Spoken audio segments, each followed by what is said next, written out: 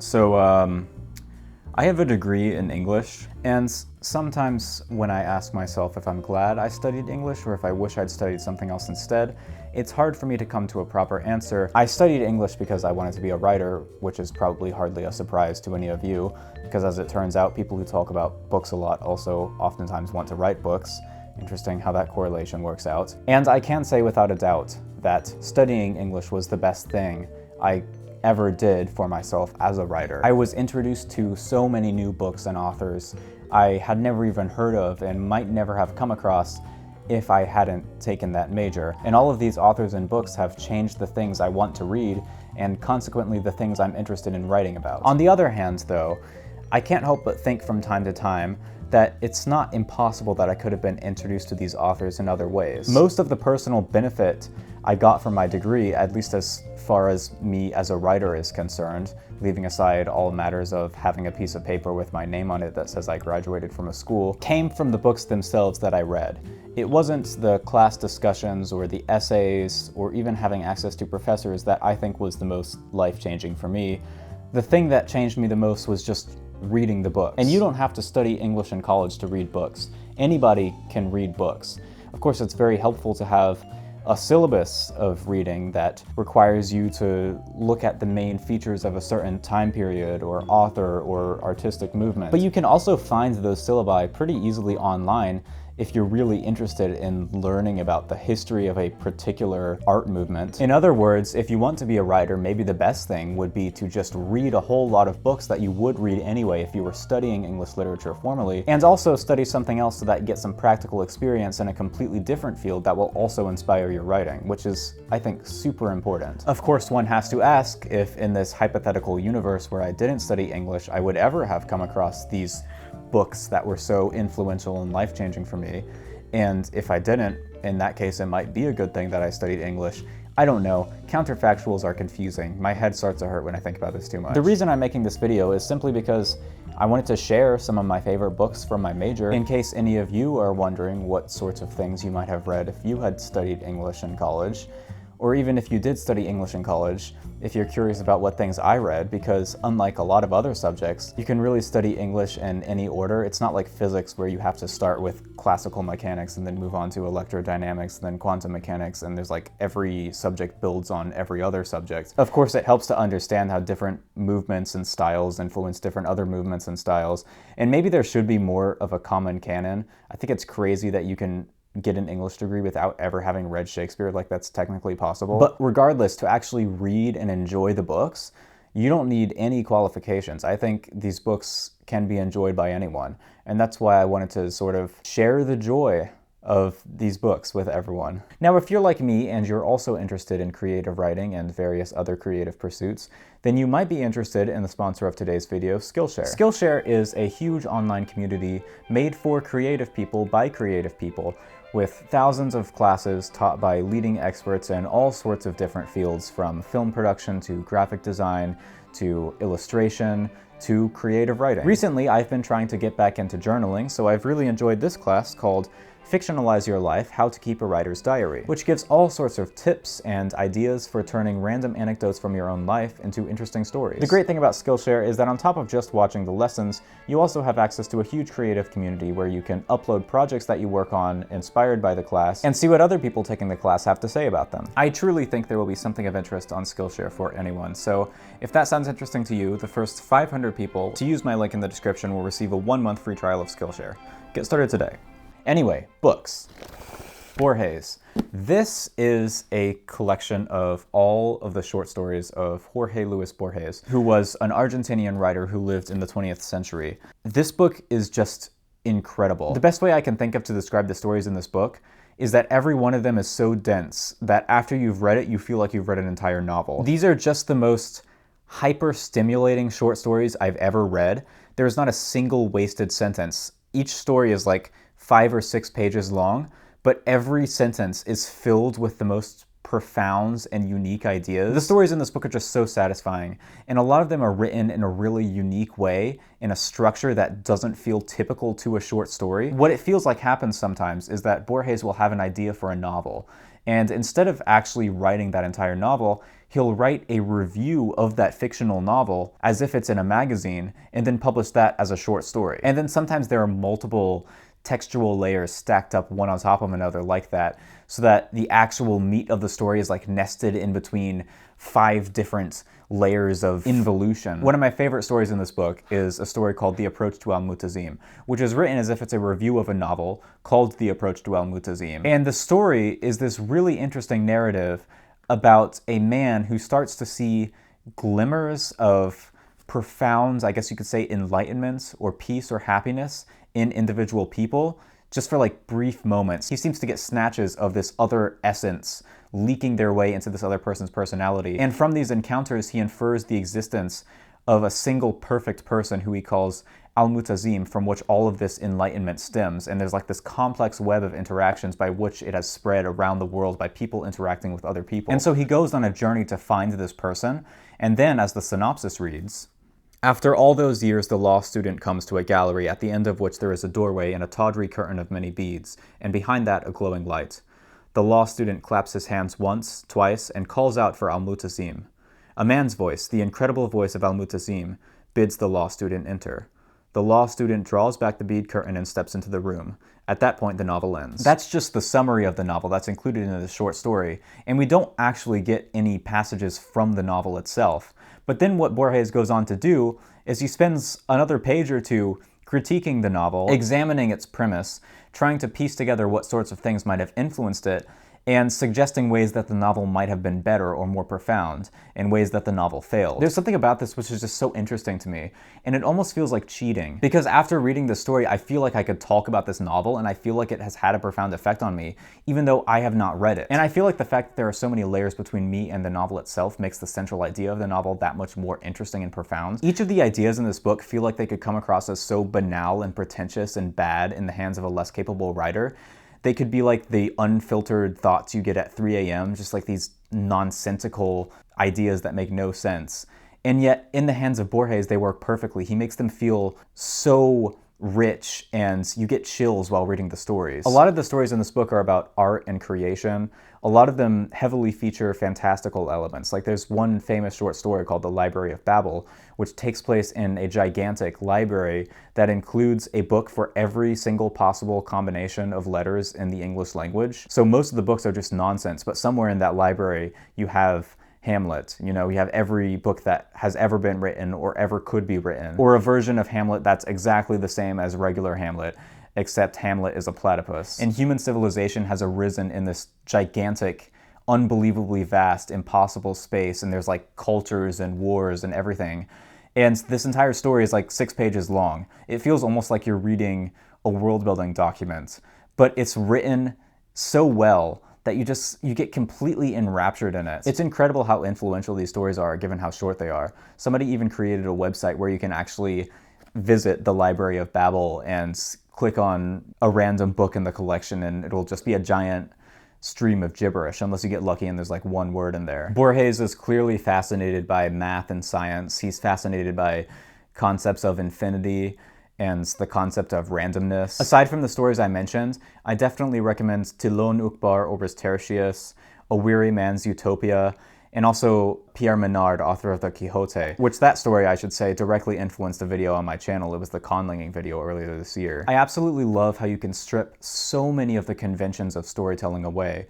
You can strip away the idea of having characters or dialogue or any of those things, and instead just write short stories that are just reviews in magazines or obituaries or some other format that makes no sense as a short story, and then still end up with something that's so incredibly literary and meaningful. It's brilliant. I love it so much. Quicksand is a novel published in 1928 by American author Nella Larsen.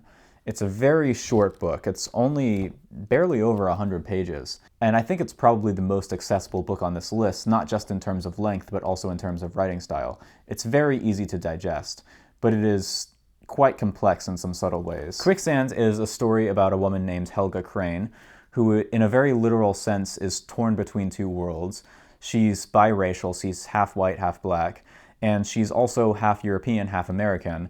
And she spends a lot of her time sort of dithering between the two very different cultural contexts from which she comes. The thing I love most about this book is just the creeping sense of dread it fills you with. Helga, I think, breaks a lot of rules of traditional protagonists because she seems to have no motivations at all in this novel. She has no idea what she's doing. She constantly tells herself that she's going to do one thing and then goes and does something completely different. Like she'll think to herself, I need to go get a job, and then just doesn't go get a job, and it's never explained why. She's an incredibly frustrating protagonist who just spends the entire novel sinking deeper and deeper into the proverbial quicksands that the title of this book refers to. I remember when I wrote an essay about this book, I was making the case that because quicksand is formed at the nexus of water and land, it's kind of representing how her being torn between two very different worlds while not completely belonging to either one makes it so that she doesn't have any solid land to stand on, and so she just finds herself sinking and sinking and sinking, sometimes in a very literal sense, until you get to the end of the novel, which I won't spoil here, but which is just this beautifully poignant and ironic conclusion to her character arc. It's just such a brilliant characterization. Helga, I think, is one of my favorite protagonists in literature, just because there's something so relatable about dithering around and finding yourself in situations that you didn't really mean to be in, but you just sort of ended up there by drifting there, feeling like you have no control over your life, like you lack agency, even when you're doing stuff like moving around from city to city and traveling and trying to be agentic. You can still do all that stuff and have basically no agency. While I'm talking about Nella Larsen, I should also shout out her other novel, Passing, which I don't think is as good as Quicksand, but is still a really good read. She only wrote the two novels, sadly enough, but I think both of these really left an indelible mark on American culture and literature. Middlemarch is next. Middlemarch is kind of the opposite of the previous novel I mentioned because it's a lot longer, it's written in a much more complex way, and it's huge in scope with a massive cast of characters. Middlemarch is often referred to as the greatest English novel, and I haven't read every English novel, so I can't say for certain if that's true or not, but this is surely up there. This is a Victorian-era novel by George Eliot, who became probably my favorite Victorian author while I was doing my degree. George Eliot, in case you're not familiar with her, was a woman writing under a man's name. This book is really long. It's like 800 pages or so, and a good amount of it I have forgotten in the time since. But for me, the key conflict in the story, the thing I remember the most about this novel, is the central plotline surrounding Dorothea Brooke and her husband, Mr. Casaubon. Dorothea is a really interesting protagonist because she's this young woman, highly devout, filled with all sorts of aspirations. She wants to change the world. She spends a lot of time immersed in books and history and looks up to a lot of famous saints and historical figures and wants to change the world like they did. And so in pursuit of this goal, she ends up marrying a scholar named Mr. Casaubon, who is working on a history of world religions and mythology. It's supposed to be this one book that answers all the questions about the evolution of myths and legends throughout all of human history. Quite an ambitious project, I'm sure you will agree. The thing is, Mr. Casaubon is much older than she is. She's a young woman in her early 20s, I think, and he's much older than that, an aging scholar. And as she is living with him, she learns that he is not really interested in her at all as an intellectual equal, and also that his project that he's working on is just kind of nonsensical. He's a man who's very full of himself. There's something very arrogant, I think, about this attempt to conceptualize all of human religion in one book. But what I love most about this book is the subtle way that George Eliot brings about this tragedy. There's not one big moment where Dorothea realizes that she's made a horrible mistake by marrying this man. Instead, it's sort of this slow process of reconciliation with reality, where she's trying to match these grand narratives that she's conceived for herself about the great things she's going to do for the world with the mundane, humdrum details of her everyday reality. And she'll just be sitting around and watching the light reflecting off a pond or the grass blowing in the breeze and think that there's something so shockingly mundane about all these details of existence, and yet vigorous at the same time. There's this great passage where she tries to imagine what it would be like to feel the heartbeat of every squirrel, and it's like almost overwhelming trying to imagine what it would be like to actually experience all of this, and yet you can't experience all of it. I don't know, this book just has so many moments that make you think about the difference between the narratives we build up for ourselves and the boring, monotonous existences we seem to live on a day-to-day basis, especially in a 19th century provincial English village. There's so much more in this book. Like, there's a ton of different plot lines following different characters in this town,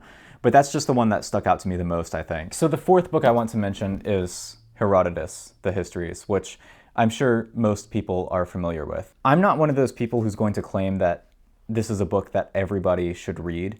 I think it would be a little bit obnoxious to say that. After all, this book is really long, it's very meandering, and I think it is definitely going to most be of interest to people who are already interested in ancient Mediterranean history. The thing is, for me, when I was assigned to read this, I didn't really know much about this at all. I didn't know what I was getting myself into, and I wasn't even that much into history. And ever since then, I think I've become like a history junkie. This is the book that made me want to start reading everything about the ancient world that I could get my hands on. It was really a changing point in my life for that reason. So in case you don't know what this book is, Herodotus was a guy living in the 5th century BC in ancient Greece, I think from Halicarnassus. And this book is often called the first history book ever written. But I think calling it a history book is a little bit misleading. Because for one thing, it's not really up to the standards of modern history books, as has often been said. Plutarch famously called Herodotus the father of lies. He believed that everything Herodotus said was bunk and that it was all going to be disproven eventually. The funny thing is that nowadays we do find more and more evidence, it seems, that the things Herodotus were saying were actually true and that he's more accurate than we make him out to be. But either way, it's still not up to the standards of a modern history book. Really what this book is it's a book of stories. It's a book of the sorts of stories that we would normally call history, especially focused on the Greco-Persian wars in the 5th century. But it's also just a book about stories that Herodotus has heard. It's a compilation of legends and myths and folk tales. And calling it a book of history, I think, does it something of a disservice, because Herodotus in many ways was also the first anthropologist, and many other things as well. He was hugely interested in natural history, for instance. There's a whole section of this book which is just about the ecology of Egypt. I think before reading this, I had no idea how interconnected the ancient world was. I only had the most vague ideas of what the ancient world was like. And if you know anything at all about ancient history, you're probably not at all surprised to hear that he talks about Persia and India and Egypt and all these other places very far away from ancient Greece in this book. But at the time I read this, I really had no idea how far-reaching these cultural spheres were and how much they influenced each other, even way, way, way back before transcontinental travels were even common. For me personally, though, I think one of the main benefits I got from this book is I just got a ton of ideas for world building. Obviously, fantasy world building is a really popular thing nowadays, but I think the problem I have with a lot of modern fantasy books is that they're inspired by other fantasy books instead of by real history. And when you just read like 50 pages of this book, there are so many more interesting ideas in here regarding culture and religion and language compared to in almost any fantasy book published recently. This is really the book that made me think, wow, I should actually take a lot more inspiration from real history for my writing as opposed to just coming up with stuff that's vaguely inspired by medieval Europe. I love it, it's great. Herodotus is definitely not a succinct person. He goes on so many tangents in this book. Anytime anything interests him, he'll just go on a tangent about it. And he oftentimes tells multiple versions of the same story and suggests that he doesn't know which answer is the true answer, which I suspect is part of where his reputation as the father of lies comes from, because you read some of these stories and some of them are just ridiculous and implausible.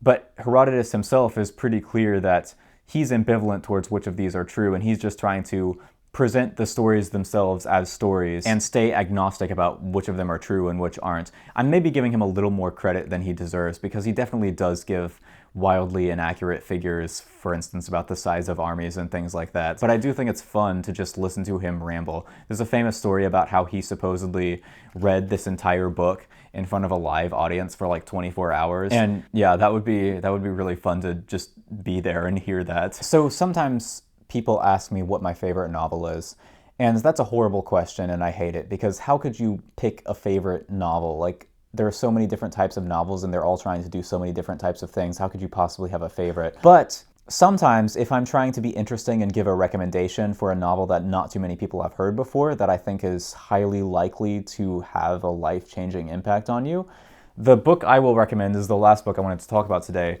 The Passion According to G.H. This book is just wild. It's unlike anything I had ever read at the time I read it. And if you can allow yourself to get past your initial skepticism and get absorbed into this book, it could have a really big impact on you. So what is this book?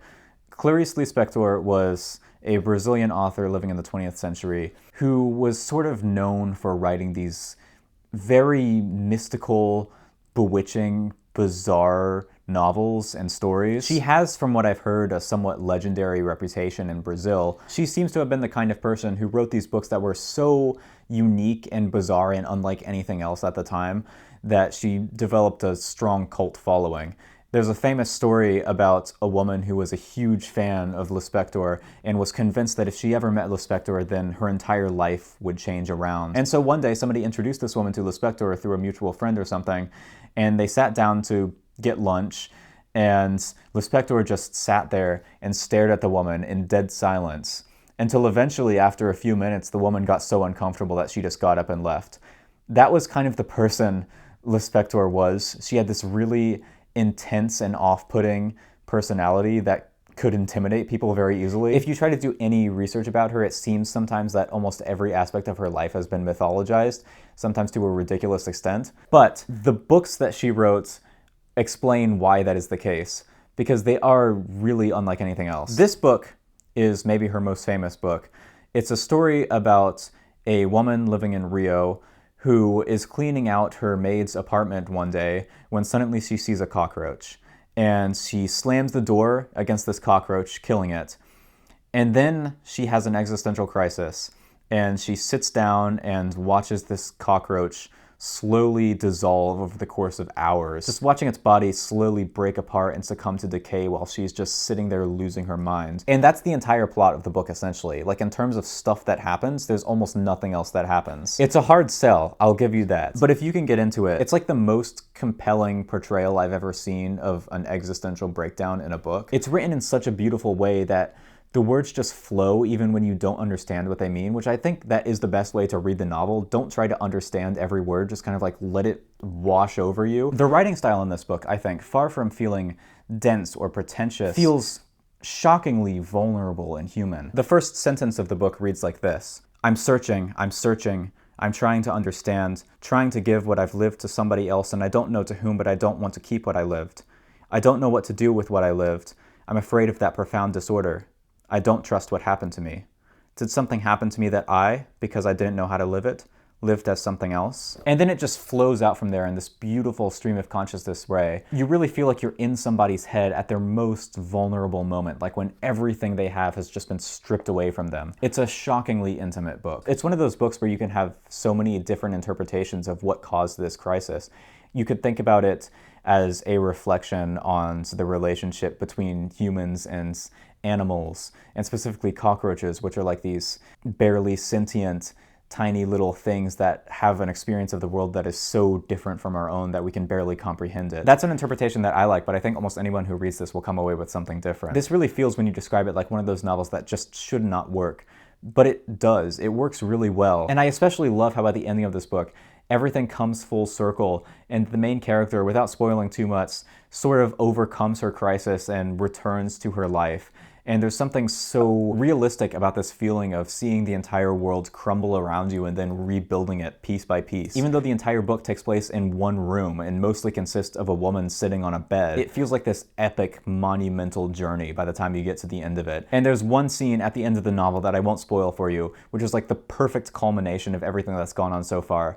It's brilliant. It's utterly mad and bizarre and impossible to understand. I love books like that. Apparently this book was also made into a movie last year, which I would have thought would be an impossible thing to even attempt, but I cannot figure out how to watch this movie because I think it only released at some film festivals in Brazil, so I can't say if it's any good or not. I don't know. Regardless, this book is really good, and a lot of Lispector's other stuff I think is definitely worth checking out as well. I still need to read a lot of her stuff, and I would love to do a video, just a separate video about her at some point in the future. Once I've read more of her novels, she has quite a few. Okay, so that's all I wanted to talk about today.